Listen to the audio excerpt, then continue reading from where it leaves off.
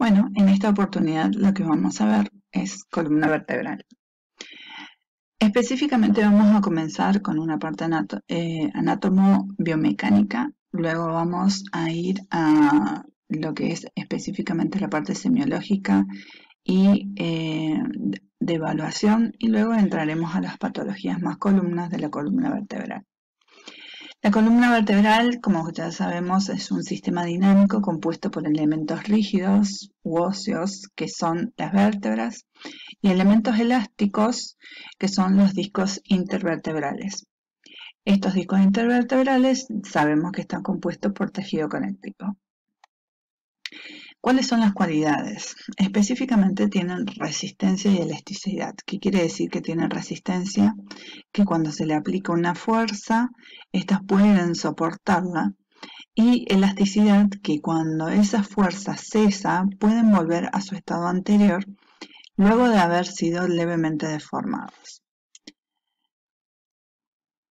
Las funciones que tiene la columna vertebral es permitir los movimientos entre los elementos que la componen.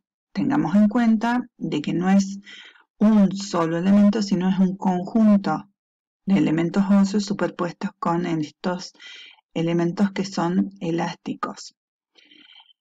Específicamente también soporta pesos, que es una de las funciones principales, y además protege a parte del sistema nervioso, que es la médula y las raíces nerviosas. Su composición, bueno, son 33 vértebras, ya lo sabemos todo esto. Son 7 vértebras cervicales, 2 dorsales, 5 lumbares, 5 sacras y de 3 a 4 coxillas. Los discos intervertebrales se suman en la totalidad de la columna, salvo en la zona de el sacro y el coxis. La evolución que va teniendo es específicamente dependiendo de la demanda que va teniendo esta a partir de la concepción hasta que el hombre adopta la posición de bipedestación. En estado fetal es una gran cifosis, luego al nacimiento va, según los periodos evolutivos, van generándose las distintas curvas. La primera que se va a generar va a ser la curva cervical, que eso se da cuando el niño comienza a elevar la cabeza. Una vez que ya está en posición que puede sentarse y caminar, ahí se genera la lordosis lumbar, que es la que termina de darle la última curvatura para formar entonces una lordosis cervical, una cifosis dorsal, una lordosis lumbar y una cifosis sacrocoxigia. Esta última se produce en forma instantánea en el momento de que estas vértebras que forman tanto el sacro como el coxis se sueltan. La morfología de las vértebras depende de cada región, ustedes ya eso lo saben y de sobra. Específicamente tenemos una porción anterior que está formada por el cuerpo vertebral y una porción posterior en forma de arco o herradura. En ese arco o herradura es donde nosotros vamos a encontrar las distintas apófisis. También tenemos el agujero vertebral y 3 pilares. El pilar anterior, que son todos los cuerpos vertebrales, y el pilar posterior, que es la superposición de las apófisis articulares. Estas apófisis articulares son las que toman contacto entre vértebra y vértebra.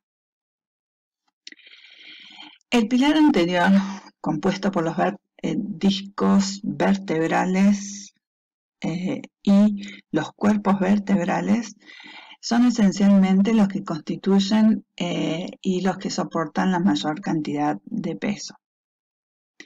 El cuerpo vertebral es un hueso corto con un interior que está compuesto principalmente de tejido esponjoso. Recordemos, ¿sí?, de todo lo que ya hemos visto anteriormente, que el tejido esponjoso tiene la particularidad de poseer trabéculas que a partir de eso, la aplicación de una fuerza se descompone en ellas, por lo cual no es solamente un punto el que recibe el peso, sino que se disgrega a todo el resto de las trabéculas. Entonces, este cuerpo vertebral va a tener trabéculas en posición vertical en la cara superior, que van de la cara superior a la cara inferior. Después las horizontales, ¿sí?, que van de la cara superior, como vemos acá, y pasan por los pedículos hasta la apófisis espinosa, y los de dirección oblicua que tienen forma de abanico. El entrecruzamiento de las trabéculas entonces establece la resistencia específica del cuerpo vertebral. Los discos intervertebrales, por otro lado, forman o le dan la calidad a esta unión entre vértebra y vértebra de un tipo articular específico que es la anfiartrosis. La anfiartrosis se caracteriza por tener un medio de unión específico que posee un disco cartilaginoso y en la parte central tiene un núcleo pulposo. La función que tiene específicamente este disco intervertebral es mantener a las dos vértebras separadas, pero a la vez mantener ese movimiento de balanceo entre ellas, ¿sí? Y de esa forma permitir que se disgreguen también las fuerzas. El núcleo pulposo, la característica que tiene, que es uno de los principales elementos que después vamos a tener en cuenta en una de las patologías, es de un material mucoide muy hidrófilo. ¿Qué quiere decir hidrófilo? Que capta agua. En un 70 a un 90% está compuesto de esta, y el 65% de su peso seco son proteoglicanos, y el 15 al 20% es colágeno. Esos son los que forman la solución del núcleo pulposo. La propiedad específicamente es resistir las compresiones. Específicamente, al ser comprimido, puede deformarse y de esta forma resistir a las fuerzas que se le están aplicando. Esto depende específicamente de los proteoglicanos. El contenido de colágeno, que es mayor en el disco, es mayor en los discos cervicales y menor en los lumbares, y está relacionado a su mayor resistencia a las torsiones. La naturaleza fluida del núcleo hace que bajo compresiones esta se transmita y a su vez se deforme. Por ejemplo, cuando la vértebra realiza un movimiento de extensión, el núcleo pulposo va hacia adelante. Cuando realiza un movimiento de flexión, el núcleo pulposo va hacia atrás. Cuando hace movimientos de lateralidad, ¿sí?, va hacia el lado contrario, y así cuando se inclina hacia el otro lado. Es un balón líquido que va rotando o se va moviendo dependiendo de las posiciones que específicamente vaya adoptando la vértebra. Aparte de esto, tenemos elementos estabilizadores de la columna vertebral. Vamos a los estabilizadores pasivos.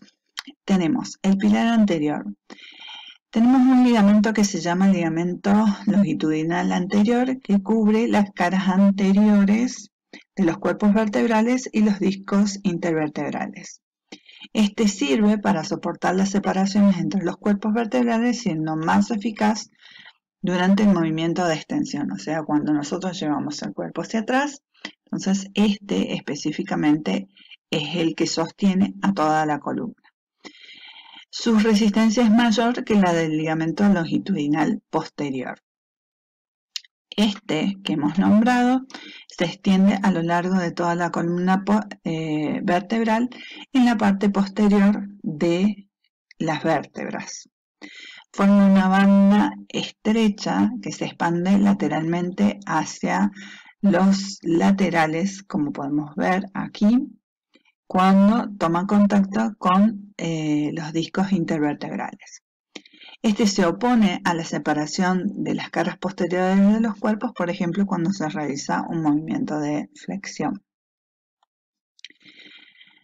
En el pinar posterior vamos a encontrar el ligamento amarillo. Es una estructura ligamento par, corta y gruesa, que une las láminas, ¿sí? Las láminas de las vértebras consecutivas.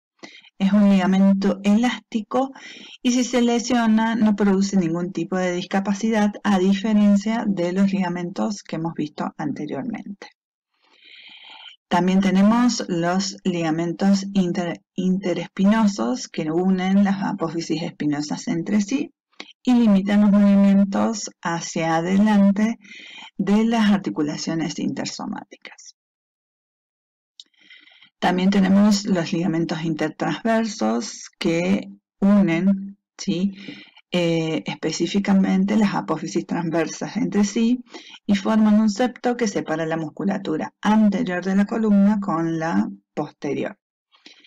Los ligamentos transforaminales son una banda estrecha de fibras de colágeno. Estos los podemos ver en este dibujo. Este es el ligamento transforaminal, que atraviesa la parte externa del agujero de conjunción, que es por donde salen específicamente las raíces nerviosas.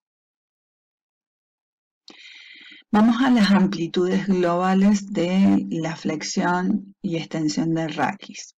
Las amplitudes segmentarias se pueden medir a través de radiografías de perfil. En este caso nosotros estamos haciendo flexión y extensión.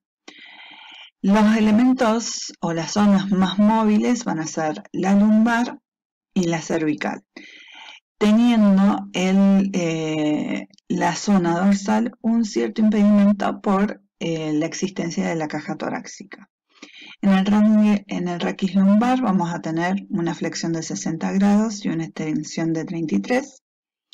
La unión del raquis dorso-lumbar me da una flexión de 105 con una extensión de 60 grados y específicamente el raquis cervical tiene una flexión de 40 con una extensión de 75 grados. En total, la flexión del raquis me da una angulación de 110 con una extensión total del raquis de 140. Las amplitudes globales hacia los laterales vamos a tener en el raquis lumbar 20 grados, en el raquis dorsal 20 grados y en el raquis cervical este aumenta de 35 a 45 grados con una inclinación total de todo el raquis que va desde 75 a 85 grados.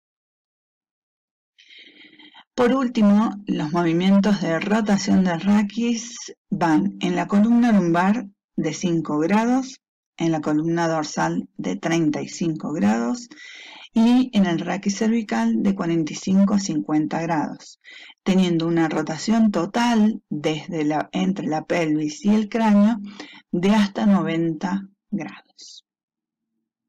Por último, tenemos la chanela lumbosacra.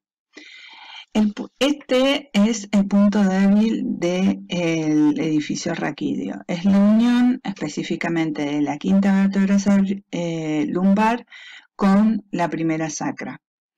El cuerpo de la quinta tiende a deslizarse hacia abajo y hacia adelante. Entonces ese es el proceso inestable. Y las apófisis articulares superiores del sacro son las que tienden a retenerlo. Cuando ese puente se rompe, que es el istmo vertebral, se produce entonces una espondilolisis, que es un desplazamiento de la quinta vértebra lumbar hacia adelante y se dirige hacia atrás el fragmento que se ha fracturado o desplazado.